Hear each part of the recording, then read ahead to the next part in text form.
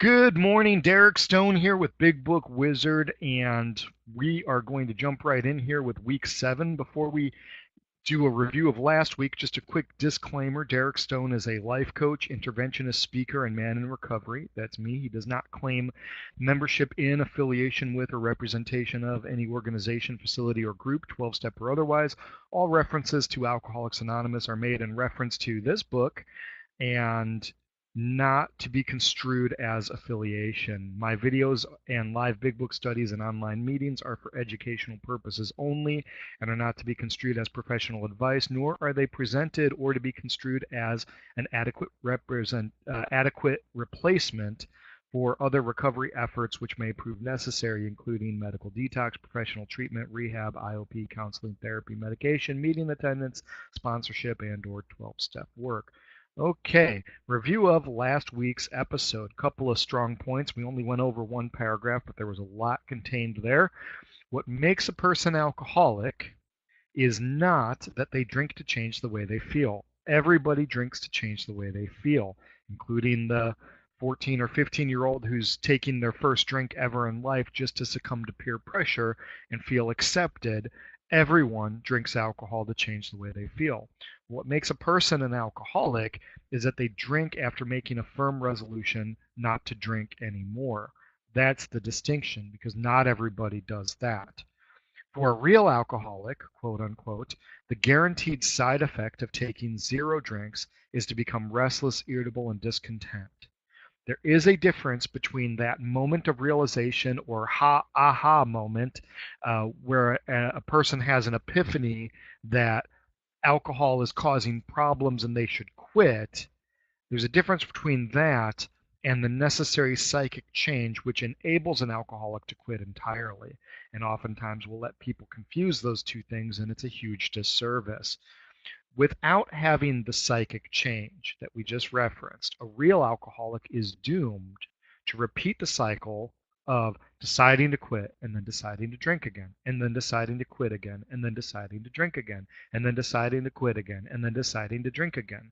And if that cycle sounds familiar, understand you might be a real alcoholic. And if that's you, according to the doctor's opinion that we read last week, you are doomed to repeat that cycle ad infinitum, ad nauseum, for the rest of your life.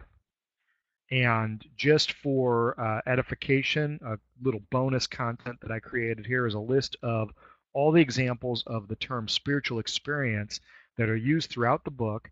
And this is what the doctor's referring to when he says the psychic change. It's his medical terminology for spiritual experience. And I'm not going to read all of these necessarily, but page 28, 29, surprisingly enough, we find such convictions no great obstacle to a spiritual experience. 44, if that may be the case, you may be suffering from an illness which only a spiritual experience will conquer. Page 56, one night when confronted in the hospital, he was approached by an alcoholic who had known a spiritual experience. 66, with the alcoholic whose hope is the maintenance and growth of a spiritual experience, etc., etc. I've got 2 pages of this, 2.5 pages of this. I'm going to actually print them together in an article for your edification. So you can either look for a link to that and below or just visit my blog at bigbookwizard.net. Okay, so we're going to be in the doctor's opinion, and it's going to be, God, I hate trying to figure out what page we're going to be on. It's going to be where we left off last week. It's You're looking for the page in the doctor's opinion where the very first indented paragraph begins with the words "on the other hand." Um, and I believe it's going to be the right-hand side of your book as you're flipping through looking at pages. So while you take a moment to find it, we're actually going to be on the paragraph that starts with "Men have cried out to me," but that's how we're looking for it. So while you're looking for that, I'll take a moment to acknowledge and recognize my supporters on Patreon. If you'd like to support me on Patreon, that would be a great thing. You could see your name up here, and if you see your name up here, you know that you are very near and dear to my heart. Okay, so on the other hand, this is the doctor's opinion. I can't wait till we're out of the Roman numerals so I can just give you a page number. In my book, it's XXVII, but that is only going to line up with 3rd edition big books, or if you've got a study edition big book, it'll line up with that. But if you, assuming you've found this, On the other hand, and strange as it may seem to those who do not understand, once a psychic change has occurred, the very same person who seemed doomed, who had so many problems he despaired of ever solving them, suddenly finds himself easily able to control his desire for alcohol, the only effort necessary being that required to follow a few simple rules. So this is on the heels of the previous paragraph where the doctor says an alcoholic is doomed to repeat this cycle of deciding to quit, deciding to drink, deciding to quit, deciding to drink over and over and over again unless they have a psychic change, aka spiritual experience. The next paragraph says, on the other hand, once we have that psychic change, aka spiritual experience, then this very same person who is doomed to repeat that cycle for the rest of their life suddenly finds himself easily able to control their desire for alcohol, meaning that this person will have a defense against the first drink. Not that they're able to control the amount of alcohol that they drink. A lot of people often read that and get confused. He's not saying that they suddenly develop the ability to control how much they drink and drink like a normal person. By the way, I was talking to a friend last week, and we were joking around, and we said, if I could drink like a normal person, I'd drink all the time. That's an old joke, but I think it's funny. Anyway, that's the doctor looking in from the outside saying these people seem to have a defense against the first drink now, once they have a psychic change. And the only effort that it really requires, and this is comparing and contrasting to before the psychic change, because before the psychic change, for me to get short spurts of sobriety, 3 months, 6 months, 9 months, a year and a half, by the way, compared to a lifetime of drinking, those are short spurts of sobriety. In order to get those, I have to sit on my hands. I have to have a really bad consequence. Maybe I've got to be locked up. I've got to have somebody watching me. It takes all of my concentration and effort. I'm miserable. It requires a lot of endurance. But what the doctor is saying here is once a psychic change has occurred, the only effort that will be necessary to continue that is the same level of effort that's required to follow a few simple rules. And by a few simple rules, the doctor here means the 12 steps. Okay, next paragraph. Men have cried out to me in sincere and despairing appeal, Doctor, I cannot go on like this. I have everything to live for. I must stop, but I cannot. You must help me. Now, this is the most ripe condition to work with an alcoholic or a drug addict and take them through the big book or the 12 steps, and that is when a person says, I cannot go on like this, I have everything to live for, I must stop, but I cannot. That is the key. Too often, far too often in my professional life and my own personal recovery, I encounter people who have the first part of this. I can't go on like this, I have everything to live for, I must stop. But they leave out those 3 words, but I cannot, which of course then waters down the impact of this statement, you must help me, because I don't understand what the real help is if I don't understand that I cannot stop on my own. And so we have this group of people, oftentimes someone will come to me and they'll say, Derek, you don't understand. I can't drink ever again. And I'll level with them and say, buddy, if you're a real alcoholic, not only can you drink again, but you will drink again. That's what alcoholism is. It's not 1 is too many, 1,000's never enough. It's 1,000's never enough, and 1 is inevitable. That's what we're dealing with here. That's the problem of alcoholism. The problem is you cannot stop. And far too often we have people leaving out that key piece, little dyslexia there. We have people leaving out that key piece, I cannot stop, I need your help. And those are the most ripe conditions. Now, for the doctor, that's pretty hopeless because a lot of the methods he's going to employ aren't going to be able to work for someone making this statement. And that's what he's writing about here, is I've been in this field for a long time, and I've got people coming to me saying, I must stop, but I cannot. And the doctor's going to describe how that feels in the next paragraph. Faced with this problem, this is Dr. Silkworth writing, faced with this problem, if a doctor is honest with himself, he must sometimes feel his own inadequacy. Although he gives all that is in him, it often is not enough. one feels that something more than human power is needed to produce the essential psychic change. Essential psychic change. Cannot do without it.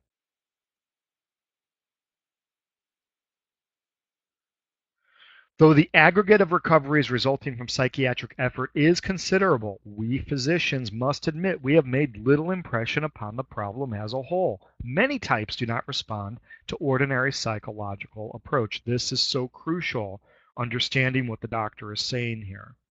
He's saying, as I'm working with alcoholics, I start to get the impression that something more than human power is necessary to produce the essential psychic change, meaning that I can't get someone to have a spiritual experience through human efforts, meaning encouragement or threats or working through someone on a normal psychiatric level, like, I don't know, cognitive behavioral therapy or something along those lines.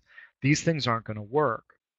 He goes on to confirm this in the next sentence. So the aggregate of recoveries, aggregate means like the culmination or the sum total or the average, though the aggregate of recoveries resulting from psychiatric is considerable, meaning that all these other methods, and this is true today, I would offer, this is still true today, all these other methods for staying sober, and there's other programs out there that don't use the 12 steps, don't encourage a spiritual experience. They encourage more of a mindful approach. Things like harm reduction. I don't want to call out other fellowships, but intelligent recovery, if you know what I'm talking about. Things like this will take an approach to recovery that says, hey, it's dangerous. The statement on the previous page that I can't stop on my own, that's dangerous. And those things will take that approach and say, it's dangerous to say you're powerless. Don't do that. We've got an approach that will work. Yeah, it will. It will work for a lot of people. It will work for the type of person who isn't powerless. And that's the thing we all need to acknowledge. It's like, why doesn't the 12 steps work for everybody? Well, it's not going to be the most effective solution for someone who isn't powerless. It's just not. It's going to be a really tough program for someone who isn't powerless. Just like some of the other programs out there are going to be really tough or impossible for someone who is powerless. There are two groups of drinkers on the planet. There are people who can recover on a non-spiritual basis. Those people are not powerless. They might feel like they drink too much. They might drink all the time. Their excessive drinking might be causing problems in their life.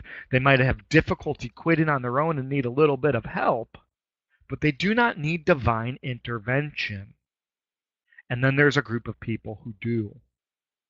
And we cannot ignore that these are two distinct categories. This is why the doctor can say, look, the aggregate of recoveries from psychiatric effort is considerable. There's a lot of people getting well from belladonna treatment, or what we would call anabuse today, or some of the other treatments that are available, the medication-assisted treatment that's available to people. There's a lot of people getting better off of that stuff.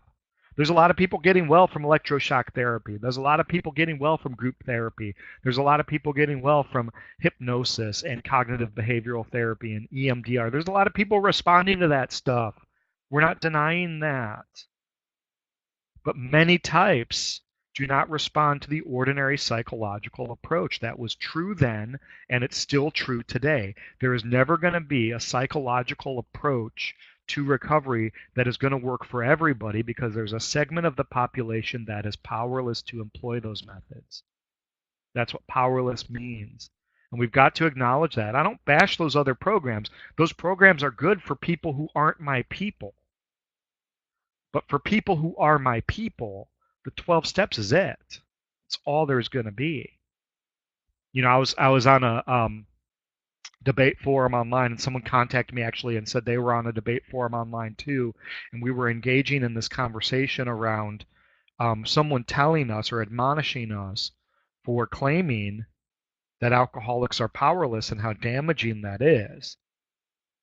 And I posed the question, why is it damaging to label an alcoholic powerless? Why is it damaging to make that the first step and ask an alcoholic that they're powerless? And the guy said, well, because they're not powerless. You know, and if someone's not powerless, that's dishonest and blah, blah, blah, and, you know, keeping people down all the time. And that's one of the big objections that I hear to this program. I don't want to call myself an alcoholic every day when I go to meetings because mind over matter, blah, blah, blah. Okay, great. Why is that a big deal? Why is the belief that you're powerless such a big deal? Why is that such a threat?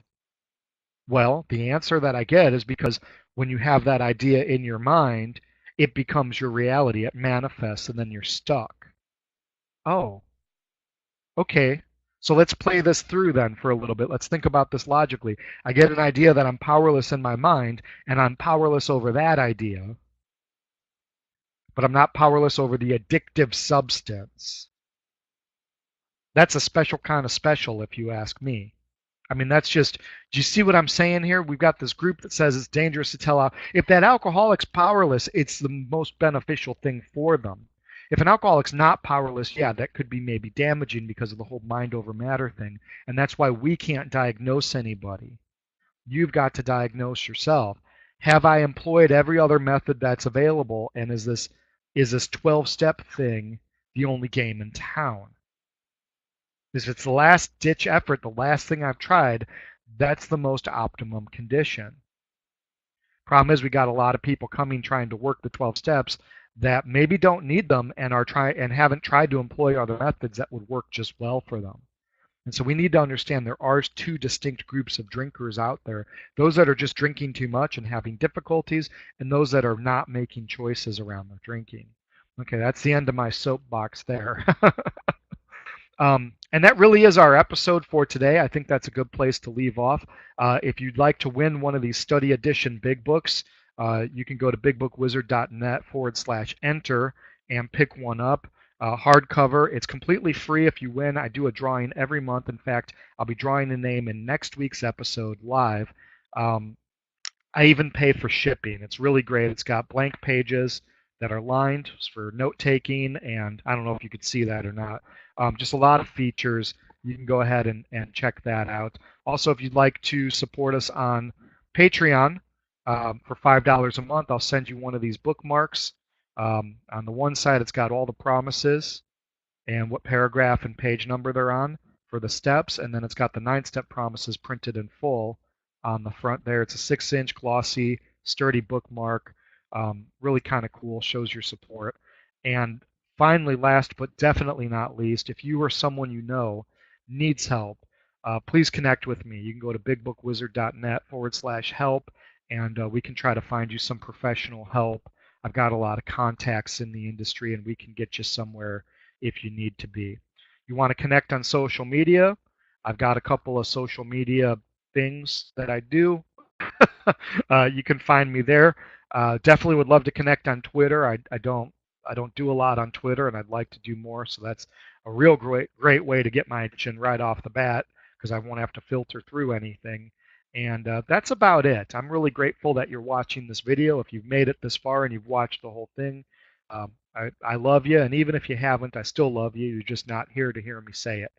And with that, I will see you next week, and God bless.